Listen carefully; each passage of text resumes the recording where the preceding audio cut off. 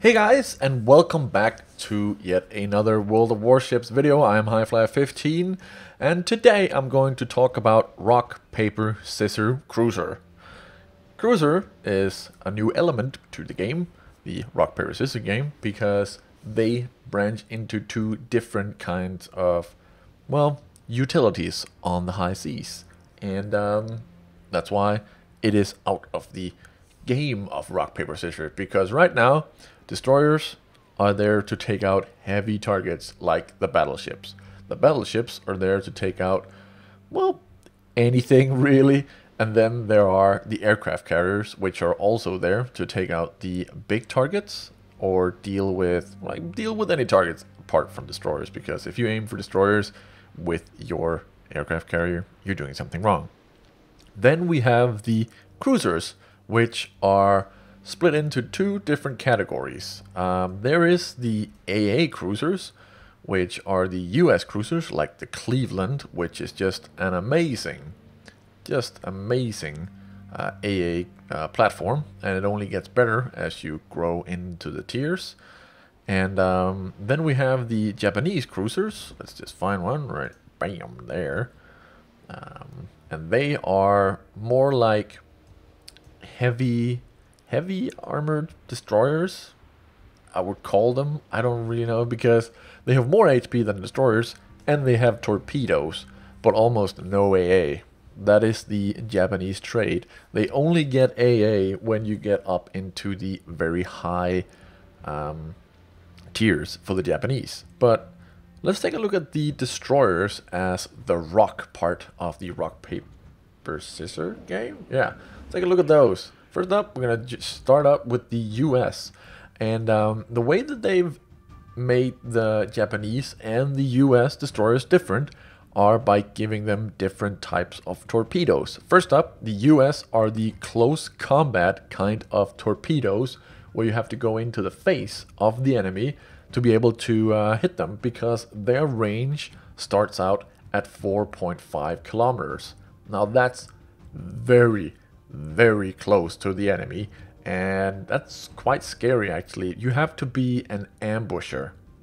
Have to sit around some islands where you know someone is coming from the other side.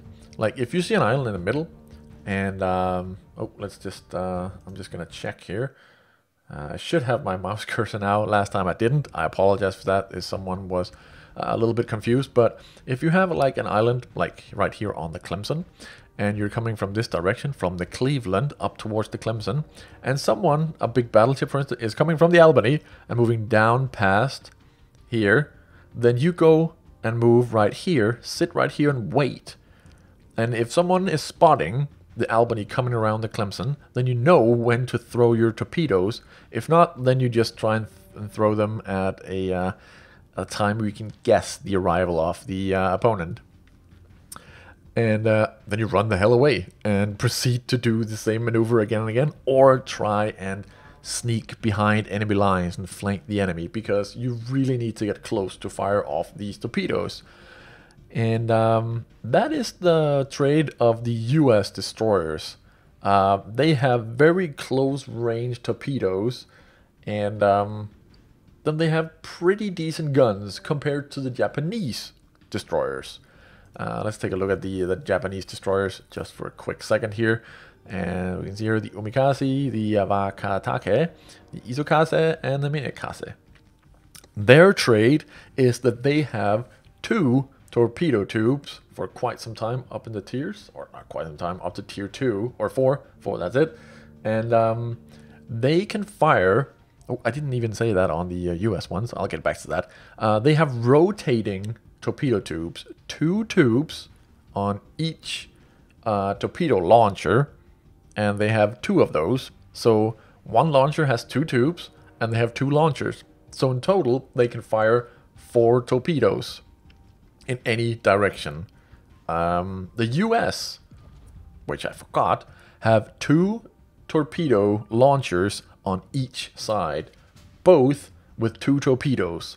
So already there, the US has the advantage of being able to fire 8 torpedoes instead of 4, So that's twice the amount of torpedoes, but the US does have to turn their ship around. So show one broadside, fire the torpedoes, and then turn around and like, yeah, just turn around in a U-turn, derp, and then fire the other side of the torpedoes. This has the advantage of always having torpedoes ready on either side. So if you get surprised, you don't have to turn around your torpedo tubes like you do on the Japanese destroyers.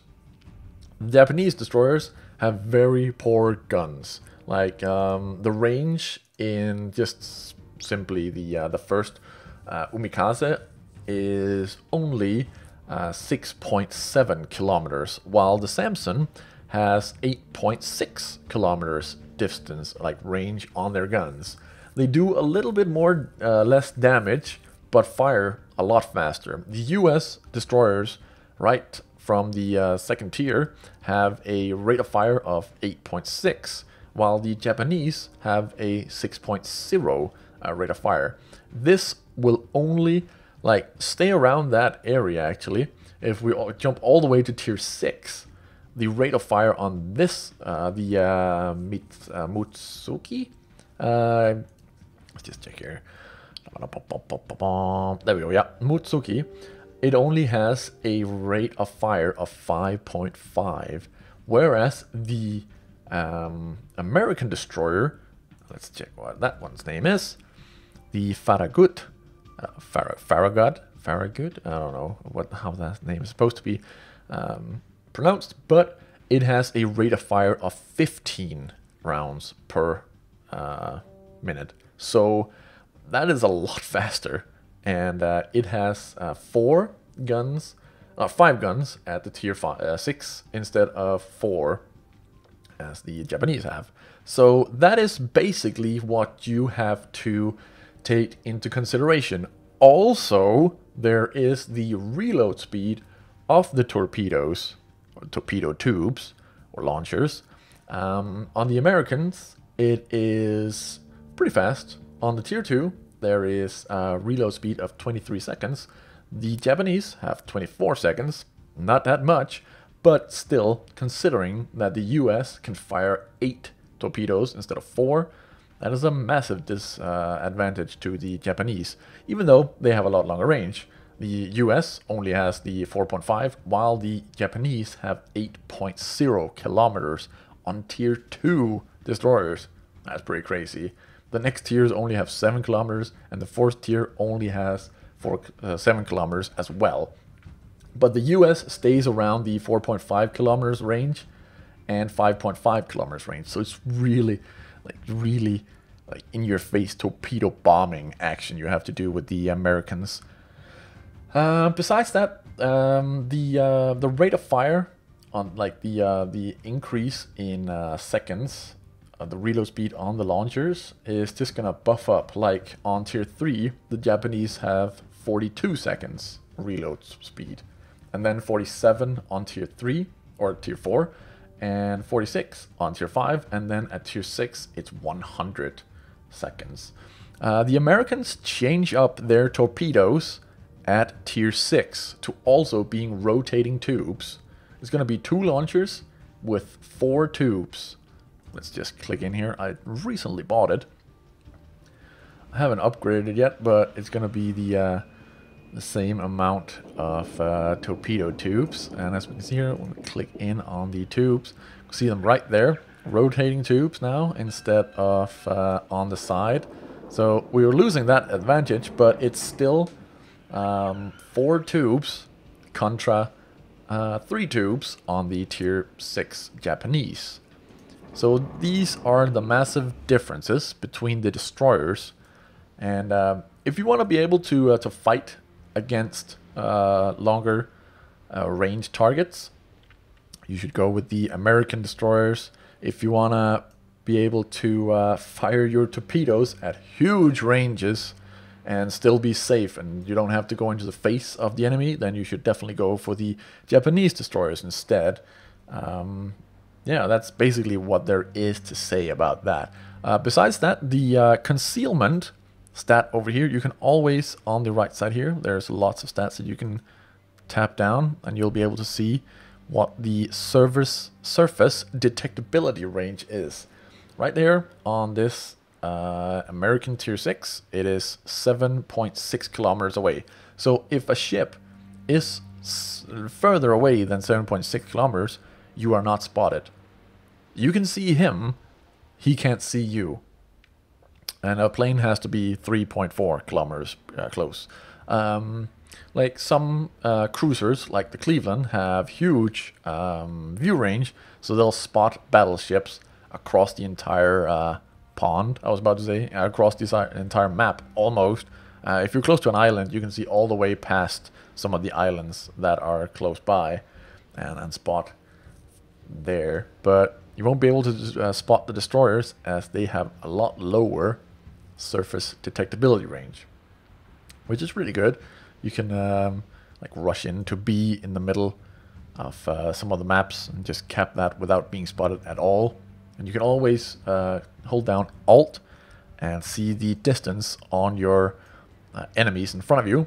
So yeah, the only thing you have to be careful of is the enemy destroyers, as sometimes the actually the Japanese have a lot less surface detectability range. So you can see here 5.6 on the Tier 2, and as it goes up it rises to 6.1, 6.1, and then 5.9, 5.9, whereas the Americans are staying at around 7 kilometers spotting. So the Japanese destroyers can sneak in a lot more, even though they have a lot longer range on their torpedoes, which is a little weird.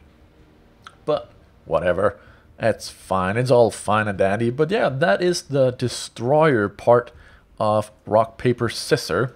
We're gonna jump straight on to the other two members of the Rock, Paper, Scissor family, and that is the battleships and the carriers.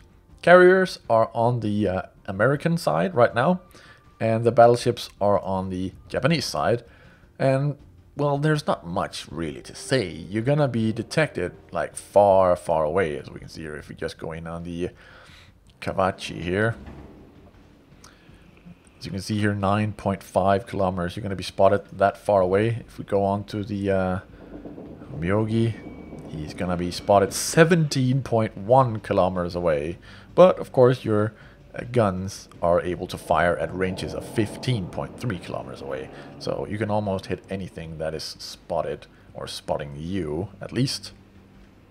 Unless it's not spotted, of course, with the destroyers. But yeah, battleships are just huge cannons that are able to sometimes one-shot cruisers and destroyers of their own tier. Sometimes you can also get that one lucky shot on other battleships and blow them up completely, but those are very rare, and you have to hit the citadel, like the ammo depot, or the ammo depot here in the sometimes in the front of the battleships. I have no idea where all these weak spots are, so I'm not gonna give out any like specific spots like you should shoot here, aim your shots here. I'm gonna do that in the future whenever we get to like know some of the weak spots, maybe with some tank or ship model viewer, maybe in the future, you never know. Then we have the last component of Rock, Paper, Scissor, which is the aircraft carriers. With the aircraft carriers, you are able to load some fighter squadrons, or torpedo bomber squadron, or dive bomber squadrons. And then you're able to get into an RTS view. Like, it's not completely the same as RT, because you have to control these planes around. You can manually aim where they should drop and stuff like that. I don't have the Langley purchased yet, because I don't really feel like I want to get into that kind of gameplay just yet. I'm still trying to get really good at the ship-to-ship combat, and I don't want to shift my focus to something that is just gonna mix up my experience of the other ships as I'm learning, as I'm getting into the higher tiers, where shots are getting more and more important when it's ship versus ship action. So proper review, a proper review of aircraft carriers and gameplay is coming in the future, just not now. And then we have the cruisers, the last extra component to the rock, paper, scissors cruiser game that I've just invented. The Japanese cruisers are going to get, hold on here, torpedoes at tier 3. At tier 2, they do not have it, but once you get into that tier 3, you're going to have torpedoes at your disposal. They're not going to be super good, but just the simple fact that you have them is going to make your combat with other cruisers, like the American cruisers, very scary for that cruiser if you get into range with your torpedoes. As we can see here, the torpedoes have a 7.0 kilometer range, so you don't have to get that close to another cruiser to be able to fire at them. But they do have a reload speed of 58 seconds. So yeah, there's that. Yeah, that's basically what the Japanese get. They do not get great AA guns as the Americans do. We're just gonna jump here on the Cleveland, which is right now my favorite ship in the game. I almost say tank every single time, but just look at this, 27 guns. 27! Very nice, very nice. And when planes come over this dude, they just get shredded. So if you're having trouble with torpedo bomber squads sticking around for way too long in some battles, get yourself a Cleveland and then go to some of the most common places where these torpedo bombers go for their early runs. You can easily take out a squadron of torpedo bombers with your AA, especially if you go in and equip the plus 20% to AA defense power for 60 seconds. That is a perk where you click Y and then the AA just goes nuts and completely obliterates the squadrons that are above you. You can also mount some extra firing range here as the upgrades are getting available to you at tier 6. And as the cruisers go up in tier, they're just gonna get better and better AA. So if you are into the whole screw up the aircraft carrier gameplay for other people, then this nation is for you.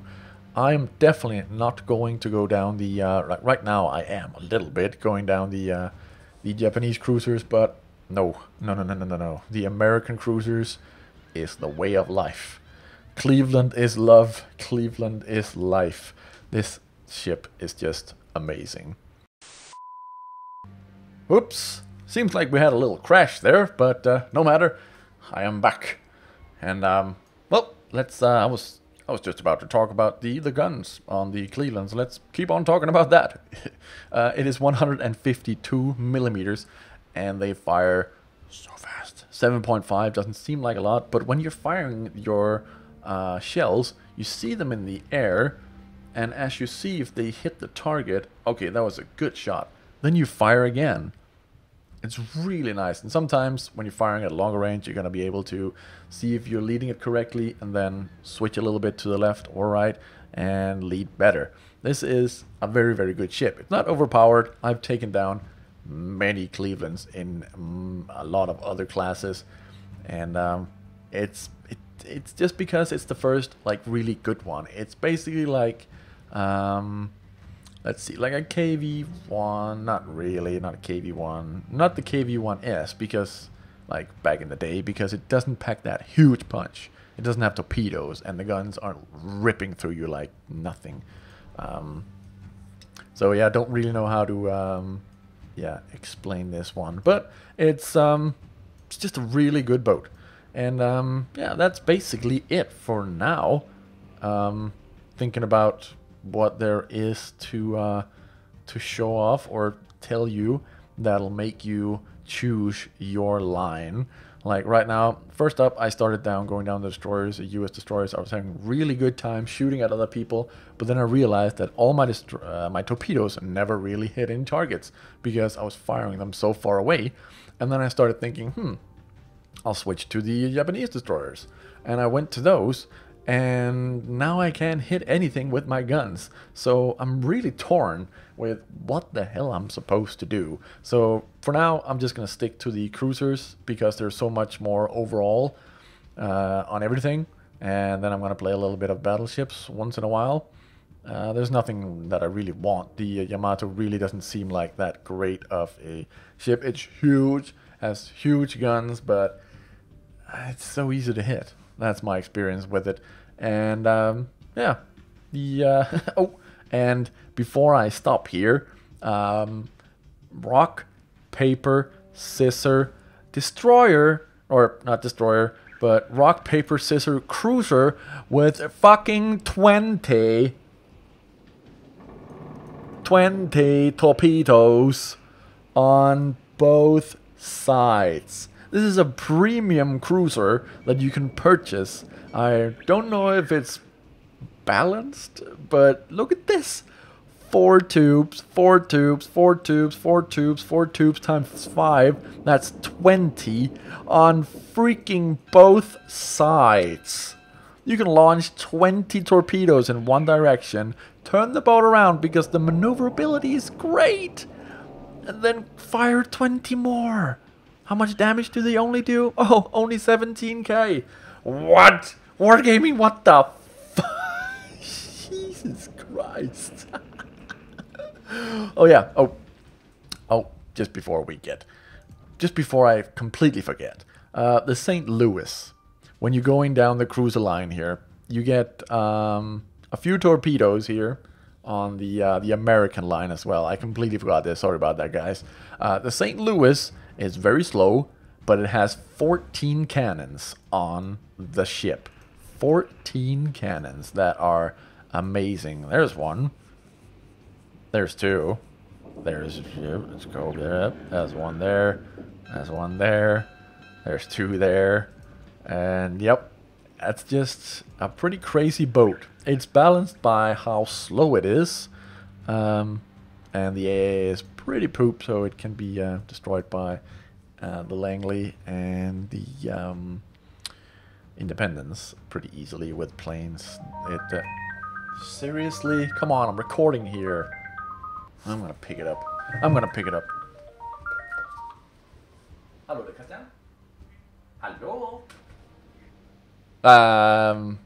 Where was I? I can't even remember. Something about the St. Louis and him eating something. Something. I don't know. Sorry, guys. Phone call in the middle of everything. Yeah. And then after St. Louis, you get to the Phoenix, and the Phoenix also has torpedoes. This is one out of the two classes, or two ships on the American cruiser line that gets torpedoes, the Phoenix and the Omaha. They're not that great as we've seen with the torpedoes on the American destroyers. They only have a 5.5 kilometer range, but still, the Phoenix is very fast, has better survivability than most destroyers, and yeah, you can therefore put some good use to those torpedoes as you get right into their face. And well, the Omaha has some torpedoes as well. And then when you get further along, there is no torpedoes, but just greater and greater AA guns. I can't wait to get up into these higher tiers so I can just wreck those squadrons even more. Because right now, predicting torpedo bombers is so easy. Like, I don't care if those players that are firing them or going in with them are great. I'm dodging torpedoes left and right, except for that clip that's unlisted on YouTube. If you can find it, you can see how awesome I am to just take torpedoes right in the side and kill everything else. Anyways, that is basically the class review for me, guys. Hopefully this will help you decide which line you want to go down, because there's not much else to it. Yeah, then it all depends on your skill, on your way to lead, on your way to ambush with the torpedo launchers.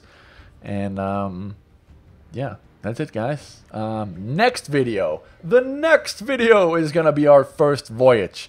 I promised that in the last video, but I thought I would go through the classes first instead of instead of throwing you into a class that I then had to explain, and then had to explain every class as I came into the class. And yeah, instead of just giving a quick overview of all the classes. Hope you enjoyed. If you have any questions, or if you have some knowledge that I have no idea of, then I would really love to hear it. For instance, I would really like to know why the damage on the Japanese cruisers is better than the American cruisers, yet the Americans' guns do so much more damage. Is it just because of the rate of fire, and I don't really notice that the Japanese destroyers actually do just as much damage to me as I'm tearing them apart? Oh, one last thing.